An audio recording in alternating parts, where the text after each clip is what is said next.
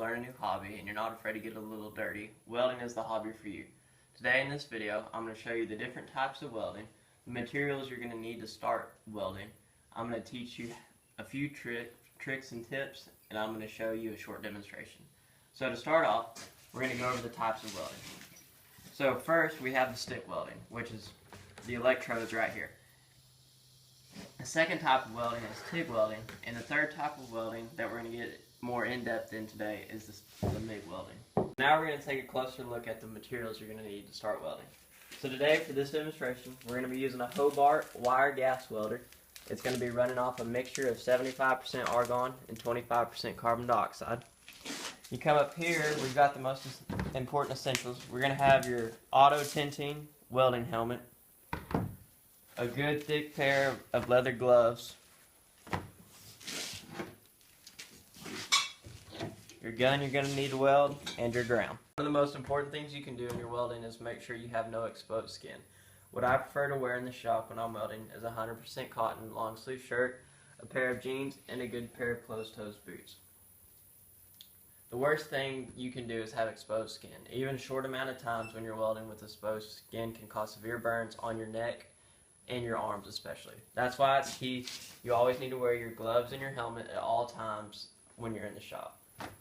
So one of the most important elements when you're welding is your welding helmet. If you want to take a look, I'll explain this one a little bit more in detail. So in here you've got your basic on and off switch, and then you've got a couple different settings. You've got your sensitivity setting, which I keep mine pretty low so I can still see, and then you have your delay, which I keep pretty high so that it comes on automatically. And some people don't like to wear these, but I had a buddy that graduated with high school and he chose not to wear a welding helmet and ended up going to the hospital and couldn't see for 3 days. He could barely open his eyes the next morning when he woke up. So this is the most important factor. You always want to wear your helmet, and you want to make sure you keep it clean so you can see. Okay, so now we're going to take a look at how to properly set your welder. So when you open the side here, you've got your spool of wire. There's many different sizes. I'll get into that. You've got your wire feeder, which feeds it into your gun here. And then right here is how you properly set it. What you got is you've got your different types of metal that you're going to be welding. You've got your different types of wires and your different types of gases. What you want to do is you want to find your proper material, your wire, and your gas. And then what you're going to do is you're going to come up here and find the size of wire you're using. Once you have that, you come down here and come across, and then you come down to find out the size of metal you're going to be welding. So now we're going to take a closer look at how to set up your gas bottle. So this is your argon carbon dioxide mixture. What we do is we're going to open the bottle up all the way, and then you have your PSI gauge right here, which tells you how much gas you have left in the bottle. And then you have your CFH gauge right here, which stands for cubic feet per hour, which tells you how much gas is coming through the line. These two gauges are very important. You want to watch this to make sure you don't bleed your bottle dry. And this is going to depend on if you can weld decently or not. We like to set ours at about 12 to 13 cubic feet. And right now we're setting at about 1,000 PSI, so this bottle will need to be replaced soon. It's very important that when you're done welding, you make sure to close your valve all the way, because we've had employees that will leave this cracked and it'll bleed the bottle dry overnight. Now I'm going to give a short demonstration on how I set my metal up and how I like to weld.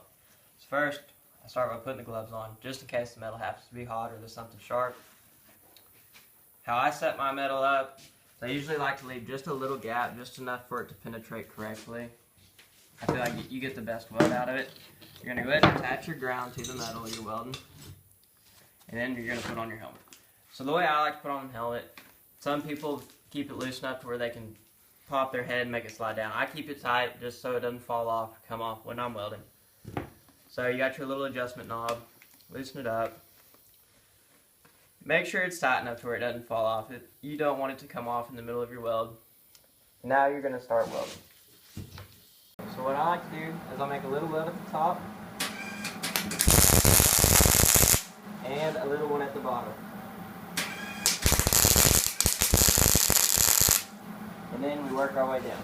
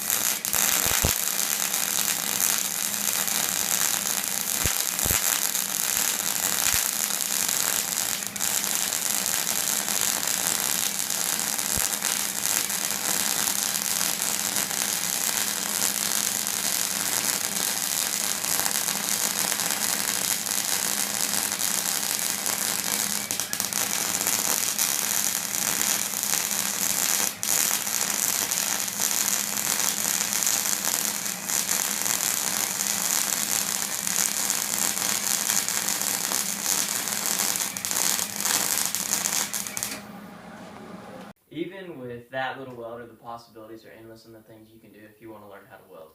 Even though the shop is a little cram-packed right now, these are a few of the things we've done with this welder. Right here we have a chassis for our 1955 F100 that we're building all in shop right now. And if you want to look to the right, we do custom deer towers, custom deer feeders and protein feeders, and then we have a couple cabs for a few more projects.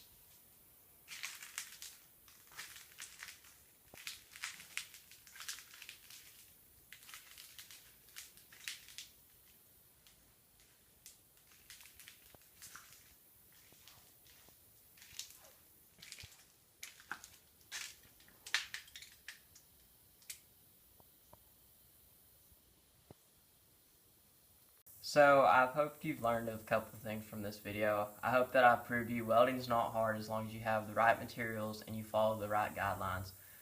Welding's fun, it's a good hobby, but as many people know, there's money to be made in it.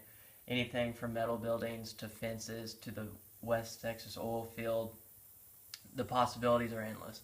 And like I said, the easiest way to learn is to have someone teach you personally. But it's not hard as long as you know how to set your welder up. As long as you have the right clothes, the right materials, it's fun. You're gonna enjoy it, and you can make some money out of it. Thank you, and have a good day.